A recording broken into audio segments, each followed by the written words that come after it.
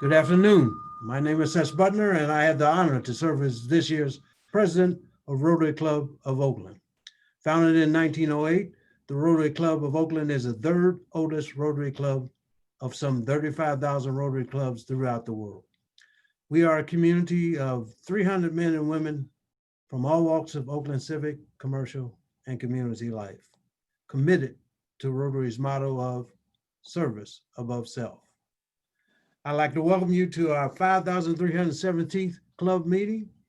For over 111 years, we have welcomed Rotarians and guests from around the world to our club meetings.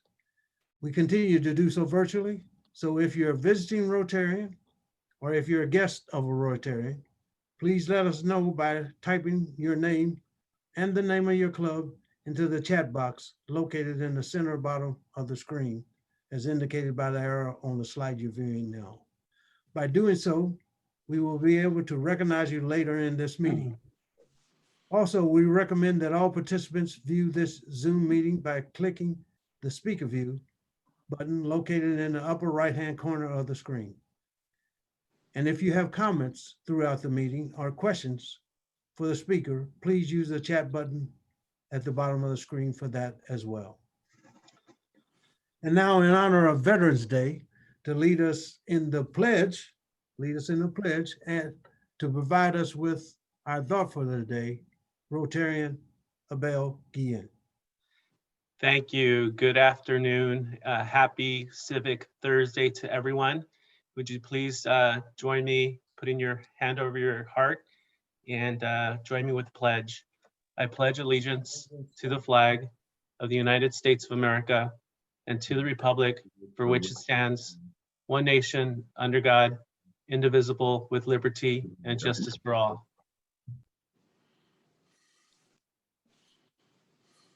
In recognition of Veterans Day, I wanted to share a quote from John F. Kennedy. And he said, "As we express our gratitude, we must never forget that the highest appreciation is not to utter words, but to live by them." John F. Kennedy. Thank you, President Ces. Thank you, Abel, for that. Because we want to remain grounded and focused, we begin our meetings by jointly reciting our vision, which is, together we see a world where people unite and take action to create lasting change across the globe, in our communities, and in ourselves. At last week's meeting, we tried to do a little tech training and ran into our own tech problems. Let me apologize for that and assure you that we, Isaac, AV team, and I will get it corrected and find a way to make the tech training available to all those who are desirous of training. Today, we will continue our Rotary Foundation Month, emphasis by our co-chairs, Joe Guaraco and Leanne Alameda. And we have a fabulous speaker to let us know what's going on at the port today. So sit back and enjoy another in our great Civic Thursday meetings where you can catch a great speaker and get involved with Rotary, where service above self exists. So let's get the meeting started with our Business Development Committee meeting sponsor this week, Rotarian Danny Wan. Thank you, President Butner. My name is Danny Wan. I'm the owner of a company called Novateck. So what we do is we build a highway infrastructure for three things that we do is phones, internet, security cameras, and access controls. So what we do is basically we work alongside with construction companies. Majority of our business is through commercial buildings and warehouses and industrial area. So for example, during the construction, we would come in and we would run cables for phones and internet, whatever the client needs. Next slide, please. So this is what we do. We run cables and make sure that the wires inside the walls and make sure it's nice and neat and make sure it works for the phones and for the internet. Next. So if a client's, whether you own a, commercial building or apartment buildings, you need to secure it, make sure that you have eyes on, on your locations that you think that there's vandalism or theft, then you can put, securities wherever you need. And this is an example of one of our clients in a apartment building in San Leandro near the BART station that has a lot of criminal activities, and the owner of the property needs some eyes and on it. And so we came and did our thing, and this is what it looks like. We ran about 15 cameras all over the building, and ever since he has no problem. Next, please. So this is what happens, when the security camera is up, you can access through your smartphone, and you see, all locations of throughout the building. And so if there's an incident, the police come and get a footage of that security, system, cameras, when it's recorded, and you can, they can extort this footage. And the police can use as evidence in the trial. Next, please. Another thing that we do is security is through access controls, basically badge and stuff like that to access the buildings. And so this is another component that we do for commercial buildings. During the COVID time, we're really busy, but now we're busy with because a lot of people work from home.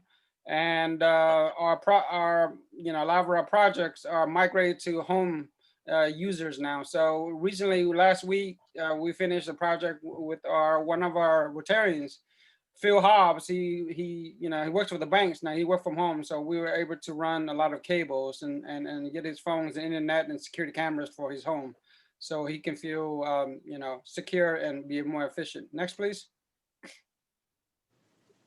Next, this is the access to the building with your key card and your fob for the building. Next. And this, if you have a home, a small business, we put a rack like this, and then we run, all the jacks that you have, that's representing the cable, and we make sure that it looks nice and neat. Next, please. And this is another component when you have a huge company that is about 100 to 200 employees, and they need a server room like this. We can run in, you can come in and do this for them. Now, and this is another thing that we do is big companies like either Google or Facebook, whatever it is, this their server room looks like, and this is all representative of cable, fiber optics, and all your data go into this server room. So it makes everything really looks neat and secure. Next. So whether you have a home business or you have a small business, we can come in and do small projects like this. So this is a small office, they put before and after, and we make sure that, that your office makes nice and neat. So this is exactly what we do, as a company. So if you're interested, you can reach out to me via email or give me a call. Thank you for your time. Thank you, Danny, for sponsoring this meeting. Now, past District Governor Ed Guillen, do we have any visiting Rotarians or guests? Yeah, hi, President Ces. We do have two people who checked in today, which is my pleasure to welcome. And it will come as no surprise to you that your guest, Daria Edgerly, is here with us today. So we all welcome Daria. So nice to have you with us. And we also have Laura Maxey checked in from HNTB. And so happy to have Laura with us today. So those are our guests who checked in, President Ces. Well, welcome to guests as usual. And Daria is our board secretary at the Port of Oakland. That's why she came. She's very nice of her to come. Great to have her. Thank you. Rotarian Rick Draper has a few words to acknowledge our veterans, I believe.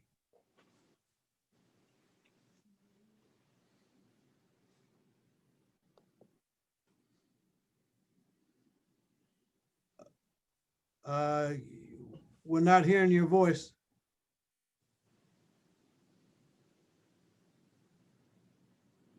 Can you hear me now? Yes. I'm sorry. Yeah. Yesterday was Veterans Day, as we know. a day our nation honors all U.S. veterans. It is right that we do this. Each and every service member makes a commitment and takes an oath of faith and allegiance to our country, to defend and keep us safe for the rest of us from all enemies. That commitment demands sacrifice, sometimes small, sometimes all. What we as a nation have also learned is that not just the soldier, the sailor, or the airman lives that oath and gives great sacrifice. Families do as well. The parents, spouses, the sisters, the brothers, and children sacrifice through separation, the support of rehabilitation, both mental and physical, and too often bear a great loss. We honor the families of each veteran today, as well as the veteran themselves. The following names are Oakland Rotarians who are veterans. Their names should be mentioned aloud. For veteran members among us I do not mention, please allow us to honor your commitment and service by placing your name in the chat section. As well, if members are here or a part of our club that are not in this meeting, please add their name too, and they will be spoken in the future. Oakland Rotarian veteran Wise Allen, Dick Davis, Wayne Goodrow, Beth Hillman, Cap Lyons, Brian Morgan, Bob Peltz, Peter Turner, John Weaver, and I too am a veteran. Thank you for the moment, and I turn it back to you. Thank you, Rick. Always acknowledge our veterans. And even though this is a day late, let's say, we got to make sure we do it at our Rotary meeting. Thank you, Rick, for doing that honor for us. And all the Rotarians, as Rick suggested, if you're not listed, we didn't list your name, please put it in the chat box or let us know and we'll recognize you as well. We have a tradition here at Rotary of transitioning our red badgers, which is the new members, to the blue badgers, which are fully engaged members. When that member completes certain tasks, they have to go through new member orientation, they have to join a committee, they have to give a commitment to the Rotary Foundation and the Oakland Rotary Endowment, and finally, they have to give the 3-minute self-introduction. And today, we have Rotarian Maya Woods-Cadiz giving her 3-minute introduction. Maya. Thank you, Seth. Hello, so I am Maya Woods-Cadiz. I'm the superintendent of Ames K-12 College Prep at Charter District. And so I've titled this In Service to Oakland. And this is a picture of a 2 or 3-year-old Maya.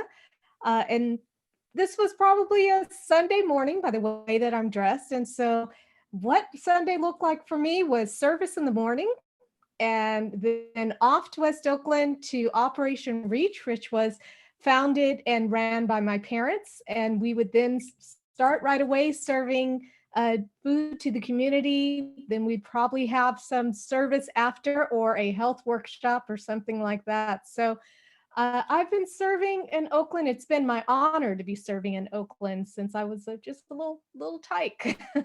Next slide. So where did I learn to serve? Well, first of all, I learned to serve in my church, Christian Cathedral on Coolidge Avenue in the Fruitvale District. I learned to serve at Operation Reach on 21st and Market, and seeing that building just brings back such great memories. I learned to serve in my home, although this is the home I grew up in. It's been modernized quite a bit. It's much nicer, actually. And my mother at 38th and Mirror Street, my mother really showed me what it meant to serve her children, to serve her stepchildren, even when she wasn't with their father anymore, and to serve our friends who many had troubles in their home, and she would take them in and take care of them. Next slide. Who did I learn to serve from? Well, I learned to serve from my pastor, BBH Patton. I learned to serve from my grandmother, who is a proud Oakland Tech graduate, and she's one generation before her was the generation that actually started in Oakland.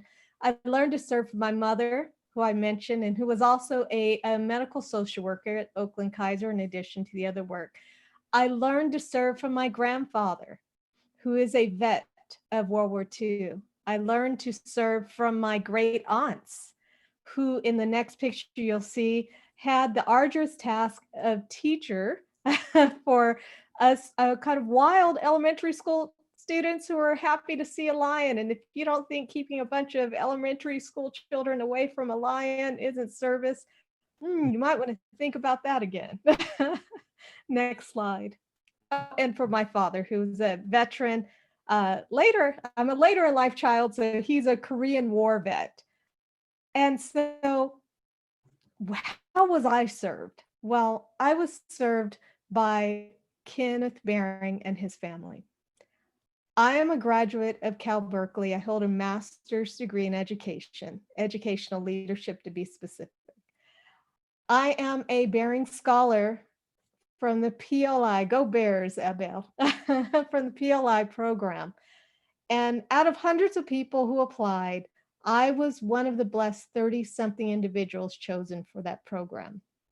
And if you're not familiar with the Baring family, they contribute quite a bit around the world. A lot of their work with the Smithsonian, they funded the Museum of America in DC. And they do a lot of work with providing wheelchairs to children in third world countries who would not be able to get around any other way. So I was served. Next slide. So how do I continue that service? Well, I'm a charter member of the Eden Rose chapter of Links Incorporated. And I'm just so proud of these ladies. I'm honored every time I'm with them. Some of the things that we do is we serve food to the homeless. And also, this is a picture of us at Jack London Square with the Red Sand Project, where we were pouring out red sand so that when people came up and asked what we were doing, we could sit down and talk to them about the human trafficking concern that really is plaguing our city still. Next slide. This is my deepest love of service. I am the superintendent and CEO of Ames K-12 College Prep Charter District. We are the highest performing schools in Oakland. Our elementary and middle school have been recognized 5 years in a row, and it would have been 6 if we had testing this year, for closing the achievement gap for African American children. Many of those years, out of all the schools in the Bay Area, we were the only school chosen. I'm proud of our work. I'm saddened that there weren't more. At high school, all of our students, regardless of being special ed, low income, or anything else, all of them get accepted to four-year college or university. We pay for those college applications. We pay for their SATs. We pay for their APs. I like to say I'm the mama of 1,300 wonderful children. We've been around for 25 years. This year, we're up again for renewal for middle and high school, which is my background, renew Ames Strong, because we believe the work that we do really is in service to the city. Next slide, please. This is my personal love. These are my daughters. This is my oldest, Sydney, at her white coat ceremony from Meharry Medical School, and her sister, Gabrielle. This is Sydney's college picture, college graduation picture. This is Gabrielle's high school graduation picture, and we'll be looking in about a year or two for her college. Both girls have chosen an occupation of service, Sydney in the medical field and Gabrielle in the school psychology field. And so I'm just very pleased that they understand that their life should be in service to others. Next slide. So this is a picture of me at our high school drive-in graduation, not drive-through, drive-in graduation. Our students were able to walk across the stage.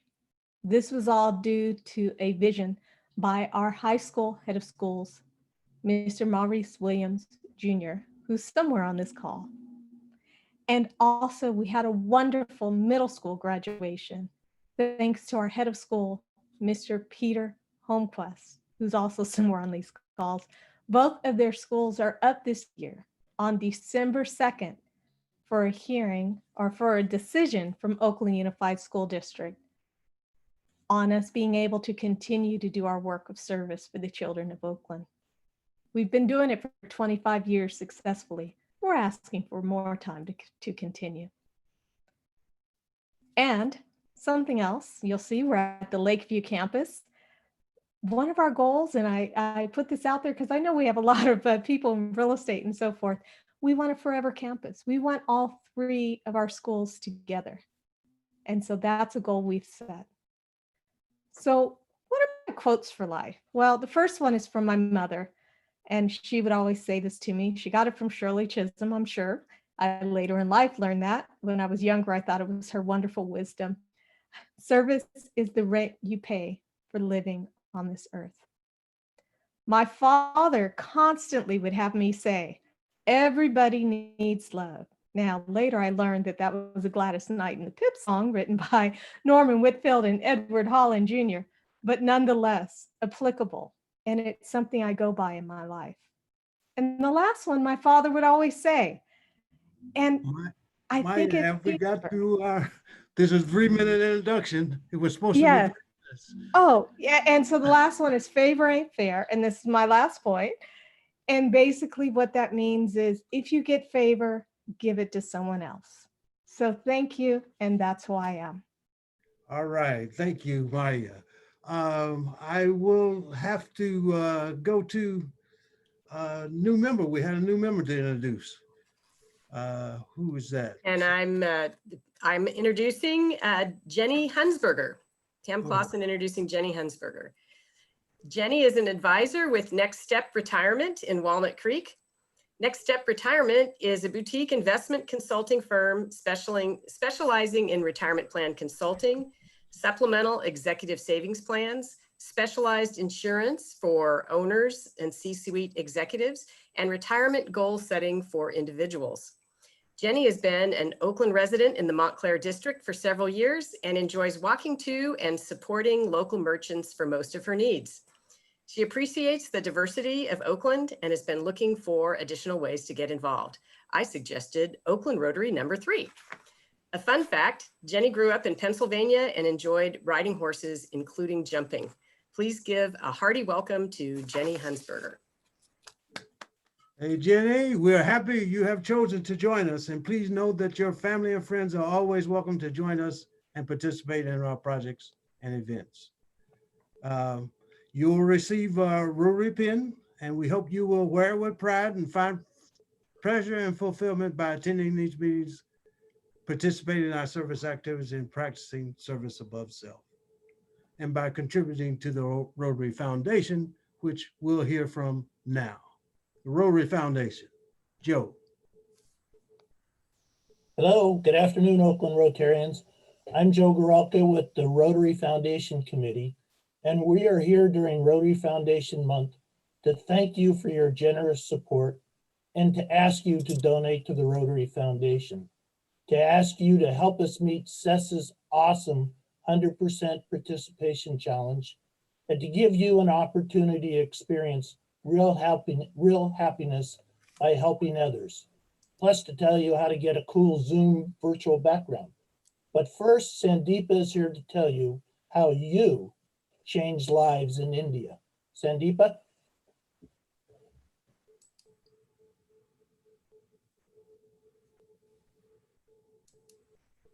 Are you able to hear me? Yes. And are you able to see my presentation? Yes. Okay, perfect. So let me just get started right away. So what you see over here is a blockbuster movie, an Indian movie. This was like such a big movie in India, acted by the main, highly paid actors. And this movie talks about a toilet. The woman threatens to leave her husband unless he installs a toilet in the home. And to win back her love and respect, he heads out on a journey to fight against the backward society. This is true. This is a real picture of women going to defecate. Yes, children too. See how they are holding one bottle in hand and going to defecate in the fields. And these are as young as 5, 6 years old. When people get the toilets built in their houses, they decorate it like as though it's something like a new great television or an iPhone or something that we get over here. So you can see these women decorating the toilets and, praying to the toilets and so on. The lifestyle of the people change when they have these facilities in their homes. They lead a happier lifestyle. Women are more secure and so on. So according to the World Health Organization, more than 2 billion or 26% of the world population live without access to basic sanitation facilities. In rural India, many don't have toilets and practice open defecation, which can cause diseases and put women at risk for assault. Lack of proper drainage systems, as you are seeing over here, and untreated wastewater result in the polluted soil and groundwater, contributing the spread of diseases like malaria. WASH projects, water, sanitation, and hygiene projects make a difference. 15 million cases of malaria annually in India, 2 million malaria deaths annually, 2.3 million annual deaths resulting from all these water issues among children due to diarrheal diseases. So sad. What you see over here are these horrendous images of real life situation where people live. All these open gutters and stuff like that. What are we doing? We are helping building soak pits, cesspools. What you see over here is an actual project contributed by Rotary to improve the lives of the residents of Tansa Valley, promoting easy to build environmentally friendly toilets, providing villagers with instructions and assistance to construct soak pits or cesspools for hygienic disposal of water, a great benefit to the community health. So what are we looking for from you? I'll turn it on to Leanne or Joe. Hi, everyone. I'm Leanne. Thank you, Sandeepa, for sharing that story. It's just amazing, something that we all take for granted. Having a toilet and proper wastewater drainage can just make such a big difference in other places around the world. And this is a good example of how your donations to the Rotary Foundation can make such a big difference. So as Joe briefly mentioned, we have this amazing challenge from President Ces. If every member of our club donates whatever you can to the Rotary Foundation, if we reach 100% participation, President Ces is going to give $50,000 to the Rotary Foundation. This is a really special and unique opportunity, and I hope all of you will feel inspired to donate. And as President Ces says, enjoy the gift of giving. And no donation is too small. So if you can go to the next slide. So right now we are at about 25% participation. So let's get this thermometer line up. And with that, I'm going to turn it over to Celeste Gordon to share more about how you can give.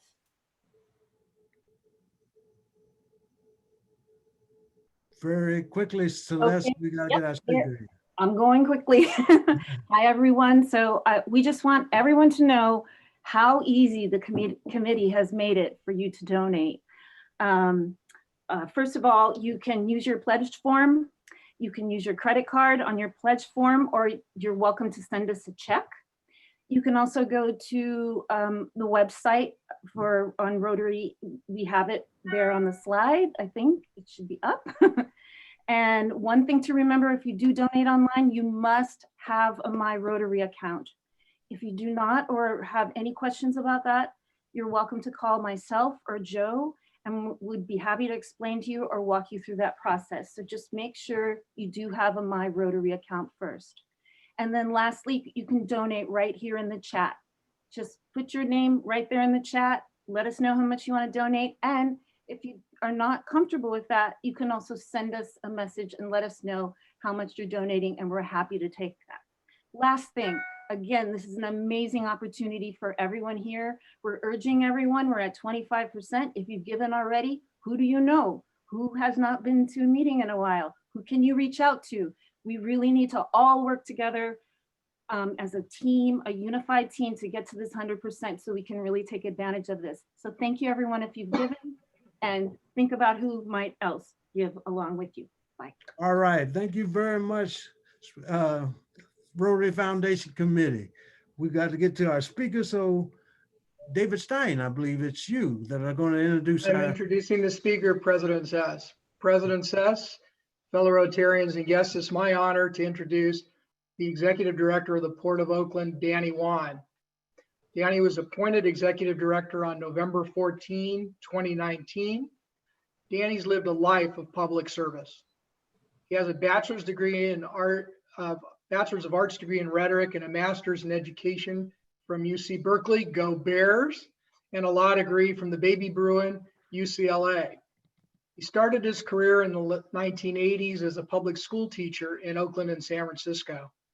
In 1996, he was elected to the East Bay Med Board, and in 2000, he was appointed to the Oakland City Council, where he was then re-elected and was Oakland's first openly gay council member. As a council member, he led the successful Measure DD bond to enhance Lake Merritt, and he also was a leader in protecting Oakland's finances as the chair of the Finance Committee. Danny's work with the port goes back to the 1990s when he first served as an external legal counsel to the aviation division. From 2005 to 2008, he was the deputy port attorney. He left Oakland briefly to serve as the city attorney and risk manager for the city of Morgan Hill, where I would note he was a member of the Rotary Club of Morgan Hill. Danny, we need you back in our club here. Danny believes in transparency, common sense, and strong ethics because he knows that those values inspire trust, lead to good decisions, and effective implementation of goals and objectives. Little did Danny know when he accepted the position last November that within a few months, he would be facing where to dock cruise ships and a dramatically changed travel, shipping, and real estate markets. Danny lives in Oakland and was recently married to Oliver, who he met in the Gay Asian Pacific Alliance Men's Chorus. As Oliver says, they harmonize. Please give a warm Rotary welcome to Port Executive Director Danny Wan. Speaker. Thank you, David. I think for that great introduction, thank you, Rotary, for your invitation. What I'd like to do is run a video first to just give you a brief intro of our port. If we could run that. There's sound there. Okay, there's no sound. Is there a sound?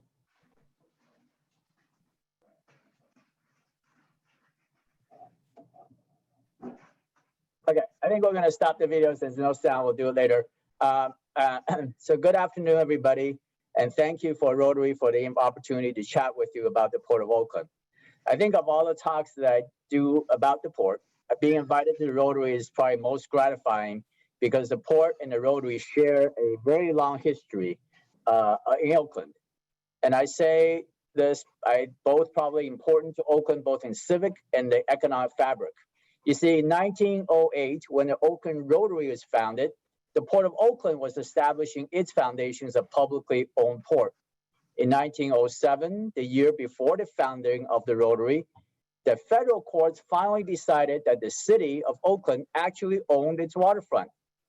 So you see, when the town of Oakland was first incorporated in 1852, the city council, in all its wisdom, sold the entire waterfront to one private citizen, Mr. Carpentier, in a very, transparent transaction. But when the good citizens of Oakland found out, some immediately set about to gain the waterfront back through courts and ensued, therefore, a 60-year legal battle. In many ways, I sort of attribute to the lawyers, and I'm sure there will be a surprise to hear, but the lawyers actually won the day in terms of getting the waterfront back for the port. During the 60 years of legal battles, large parts of the bay and the estuary actually were filled to create new waterfront land. So by 1907, about 50 years after the was sold to Mr. Carpentier, the waterfront was very different now than the waterfront from the water that was existed when it was sold to him. So the courts in 1907 seized upon this and said that even though the sale by the city in 1852 was valid, the sale did not include the new waterfront land that had been created.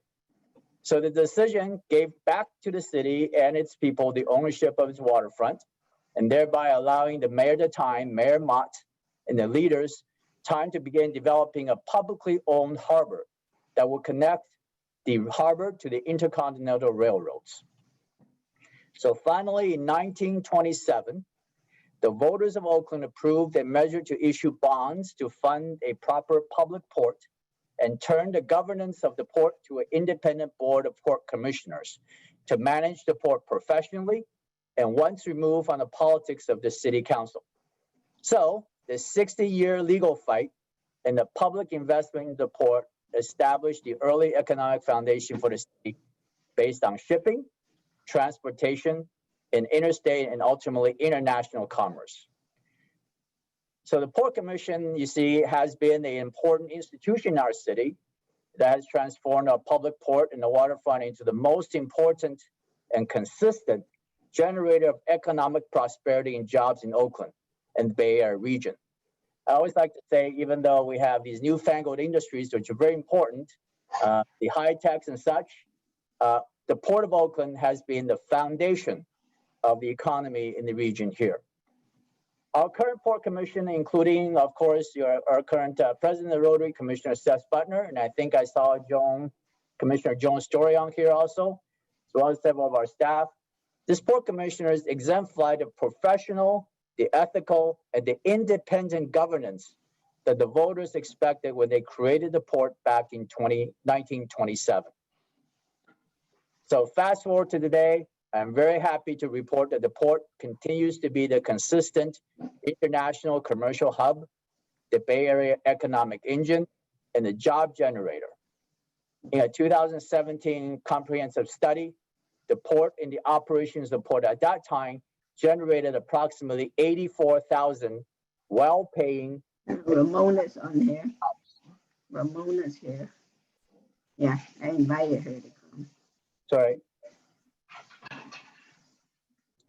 But as a port executive director, I don't think I can let Howard's there. Howard Lee's there. Your phone is not muted. You need to mute your phone. Okay. Okay, thank you. So as a port executive director, I am very happy that we are sustaining ourselves even through this COVID times. But I'm here also to chat with you a little bit about the challenges of the port and our ability to continue to grow and to fulfill our public responsibilities. And at the end of this talk, I would like to sort of do a little exercise with you to help us sort of meet that challenges that we face. So like I said, aside from the current emergency with the COVID, as every sector of our community economy is faced with, the port is facing three challenges that I think a lot of businesses can identify. And that is competition. Is the port able to meet the competition? We are in a very competitive business. Number two, is there enough space in the city and in our environment to allow the port to grow? Space, I mean literally real estate and investments to allow the business to grow.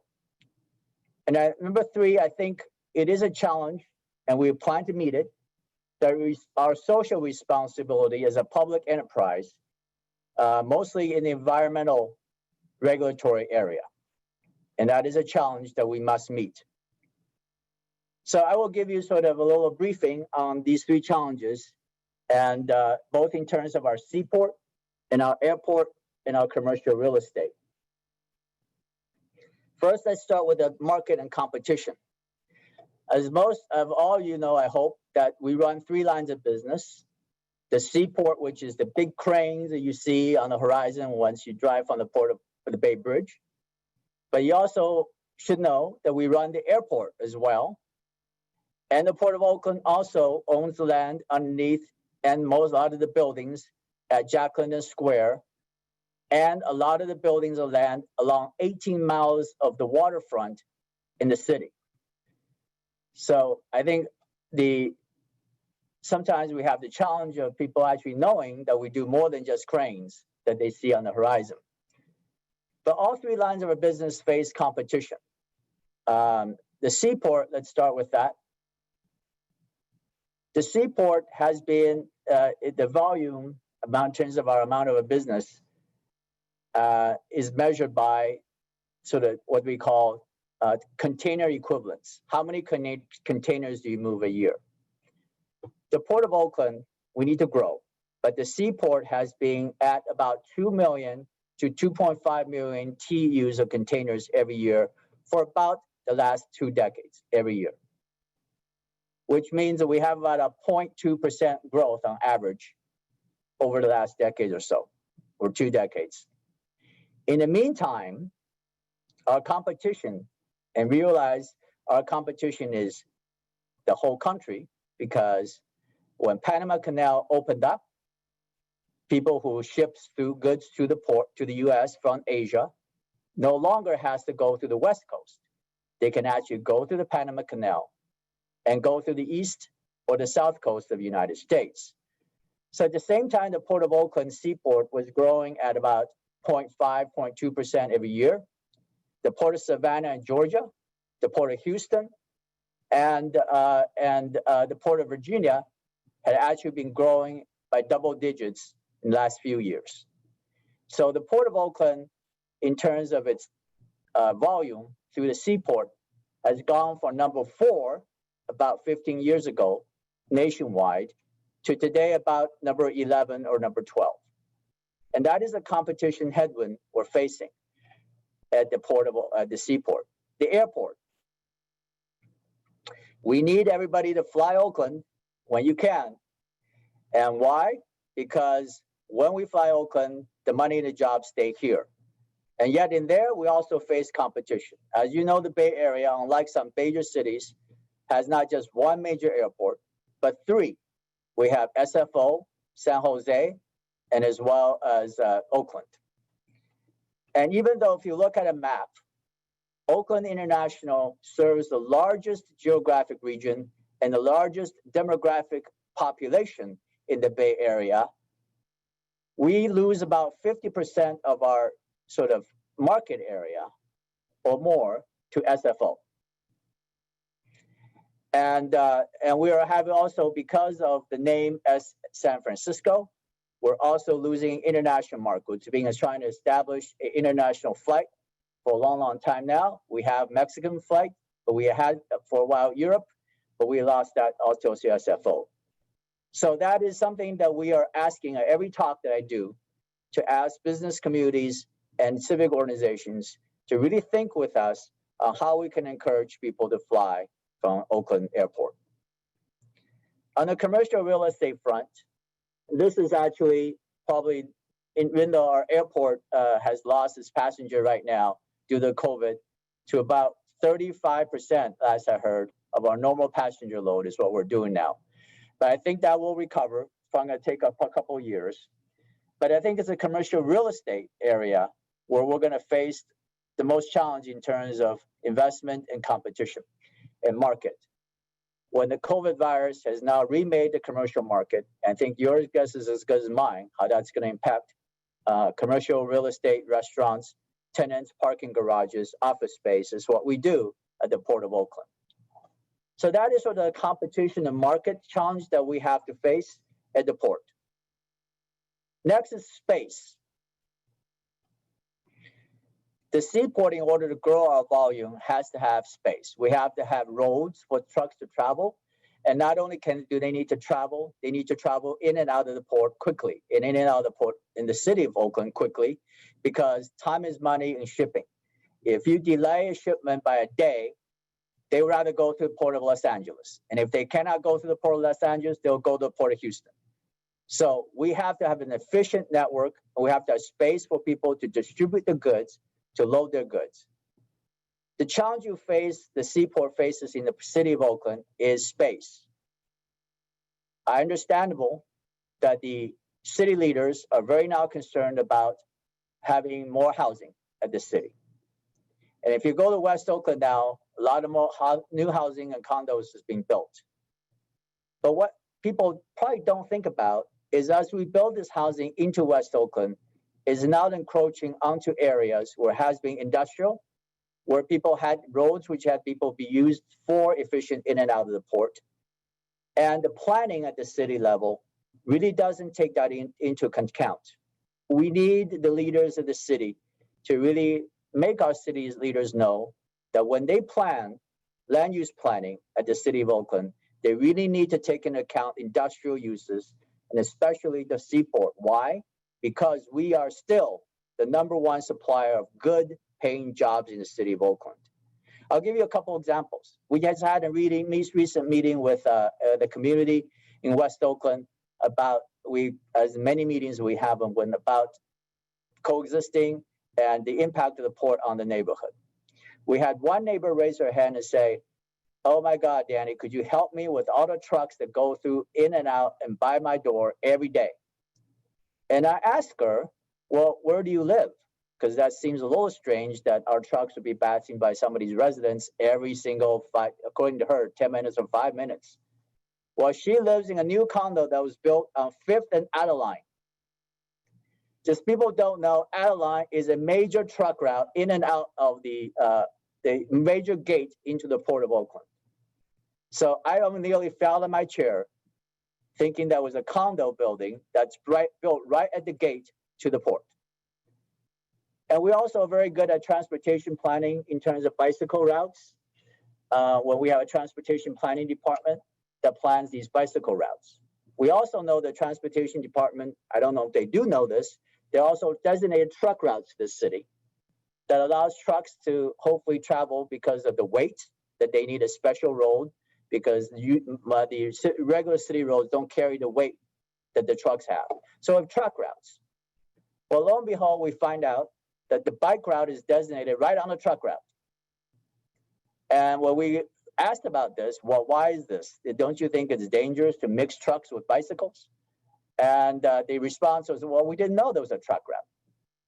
So obviously, I think one of the things that we need your help on, and in terms of our city leaders, is really to get them to understand when we plan the city, we need to accommodate for the jobs and the economic vitality of the Port of Oakland. Lastly, I want to just talk about the regulatory impact. The Port of Oakland is absolutely committed. We know we're aware that our ships, our trucks, our trains, and our airplanes generate air emissions, as well as traffic, as well as noise. Those are the sort of things that we want to minimize and reduce.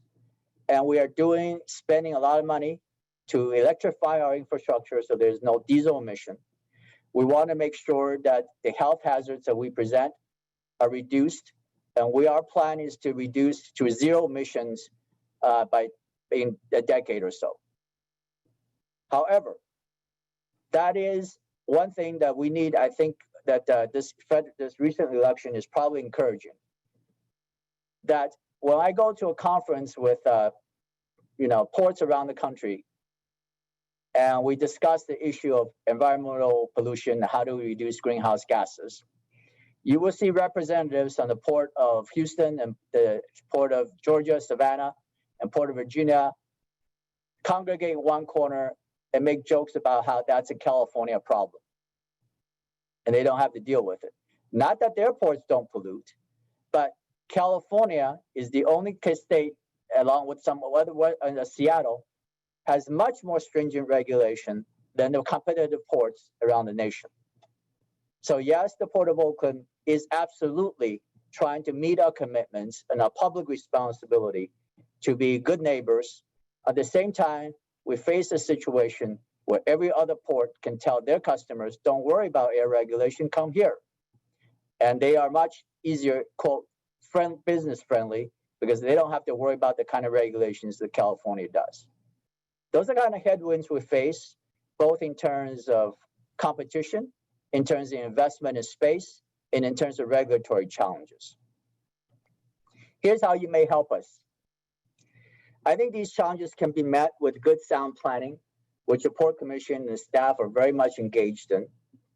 But the crucial component to get our leaders and our public officials to understand, to help us with this planning issue, the land use planning, to help us with making investments in land, to make investments in infrastructure, and to help us grow our job base, a crucial component is the public support that we must have at the port, at the city of Oakland. When public officials hear that the citizens of Oakland support the port, they understand the port, they're more liable to support the port, both in terms of investments, in terms of planning. So we are, therefore, you see on my screen, going to launch an effort, a public education effort, and a public relations effort to really make sure that everybody in Oakland understands and aware of all aspects of the port's business, and to emphasize the benefits of port to our daily lives, and ultimately, hopefully without understanding and understanding the benefits of the port, support public investment in land use and transportation planning to facilitate port operations. I think it's important, it's sometimes easy for BART, for example, to people see what BART benefits them, or the East Bay Mud, because they support their water. I think sometimes people don't quite understand how the port relates to their daily lives. So we are launching a campaign called Everyone's Port.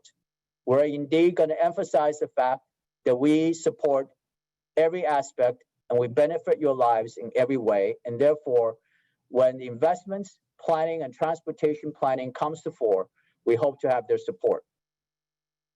I'm going to do so I think this group here on the screen is a very good sort of baseline focus group for us to sort of test how fundamentally, how much do you know about the port? So I'm not going to put anybody on the spot here. So it's going to be an anonymous poll that I'm going to do, 3 polls, just to see how much you understand about the port and how much work that we have to do as a port. So I think we're going to run 3 polls, or maybe just run a couple of polls.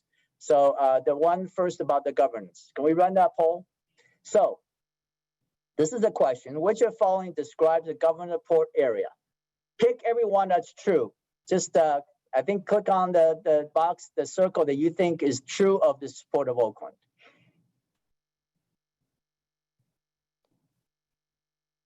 So first, the port is an independent part of the city established to the voters. Oops, the poll just went out. Is the poll running? Yes. Yes. It's Okay. up. So click every one statement that you think is true about the governance of the port.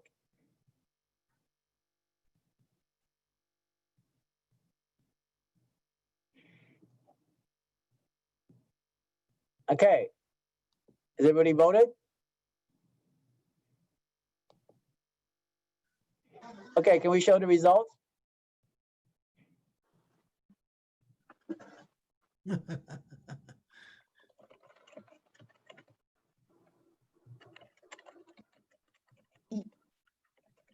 Yes. should only pick one answer. No, all the answers that you think is true.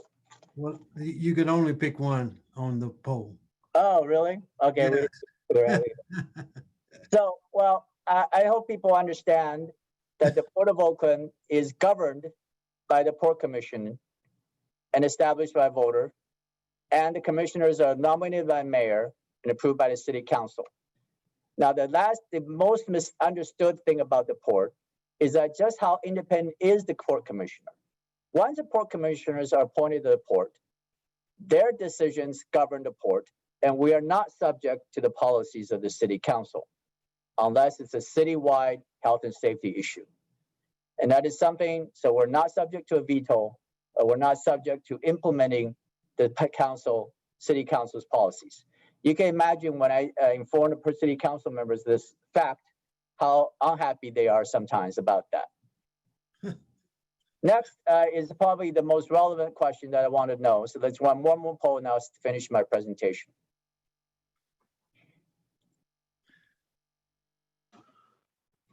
Which of the following describes port finances?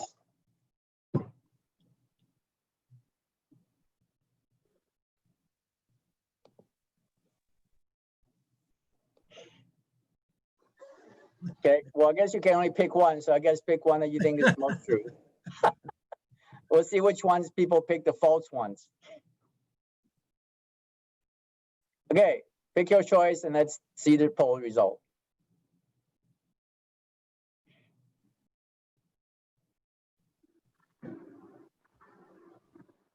Okay, this is great knowledge of this group body. You are correct. The port operations are funded by operating revenues, includes leases and passengers and user fees.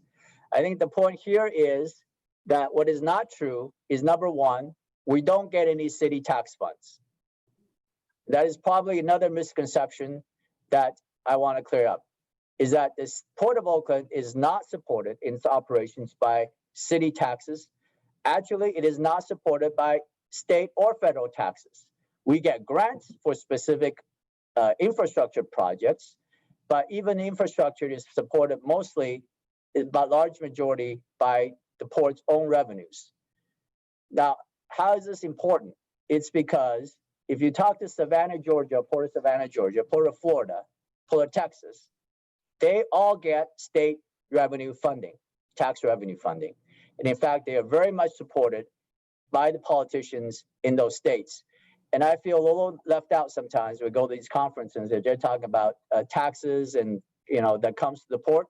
We don't get any, especially when we talk about foreign ports, Canada, the ports are actually funded by the federal government. So let's run one more poll, then we're done. We're about done on the time anyway. Yeah. Okay. This is a kind of a trick questions also, just to make sure people understand what we do. What are the functions of the port? Again, I'm sorry that you only can pick one because there are several things that are true, but there's a couple of that's false. Okay, take 10 more seconds and let's see the results.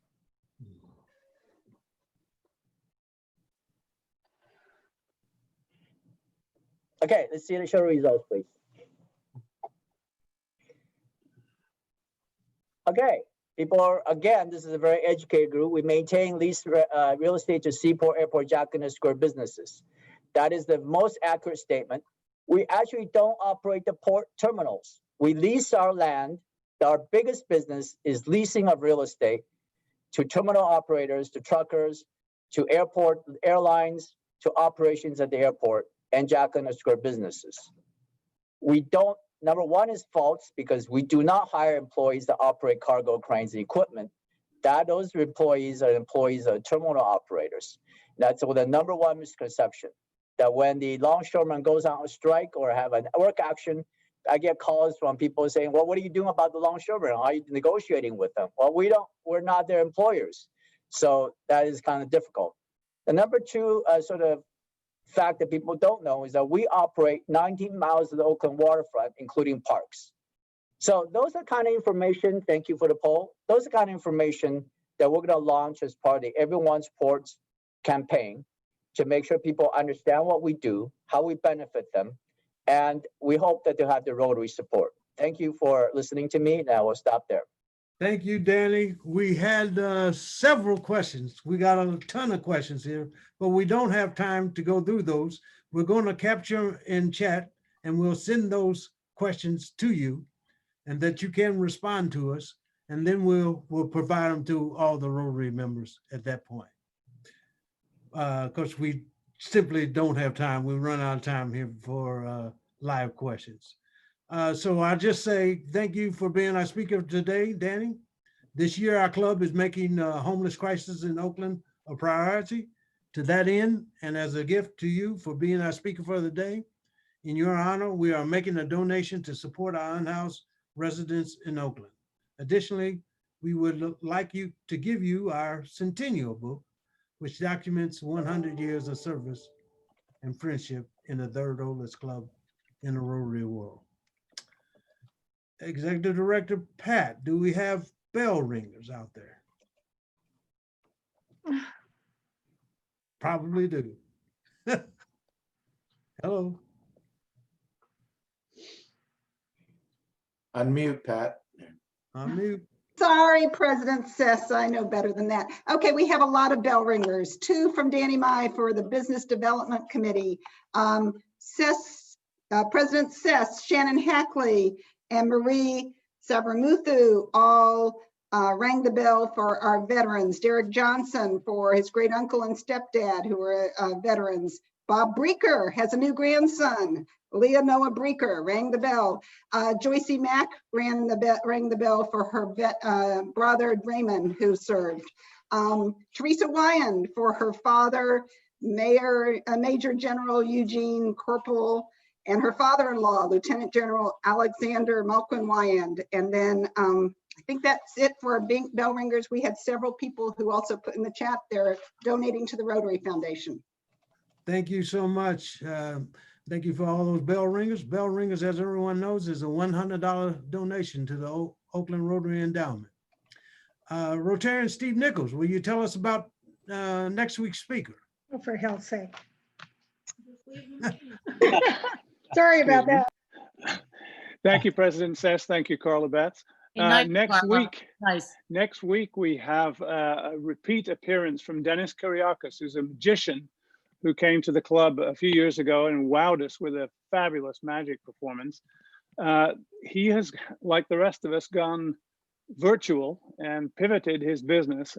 He's still going to show us some magic, but he's also going to talk about dealing with Zoom, making Zoom magic next week. So tune in.